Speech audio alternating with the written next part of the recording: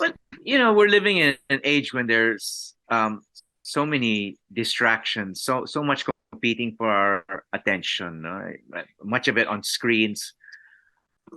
How can we encourage young people to read again, or just to read in this kind of environment?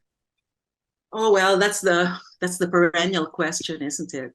I think for me as an author, the what I've got to do is to be in the spaces where they spend time. So I have left Facebook because I feel that Facebook, although it had been told about the harm it was doing to countries like ours by not controlling their algorithm, and in Myanmar especially, I felt that that was a cardinal sin. So I left Facebook and I joined Instagram. And I feel that to encourage young people to read, you've got to be in the spaces where they are so that you can communicate with them. And so I had to have a really good look at my Instagram profile.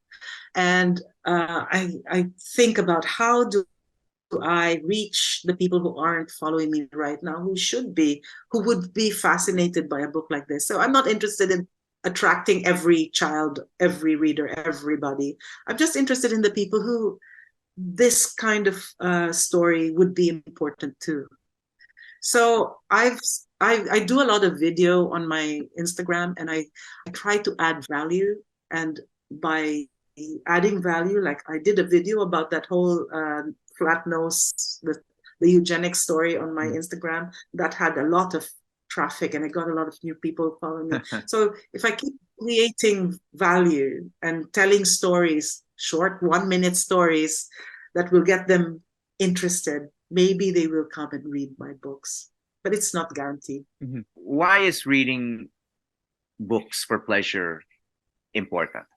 I grew up in Cubao, and my parents were not well off, and there was always the threat. I was like one of those kids who had to wait in the school office while my father raced around town borrowing money so that he could pay the tuition fee, like that. Then I can take the exam.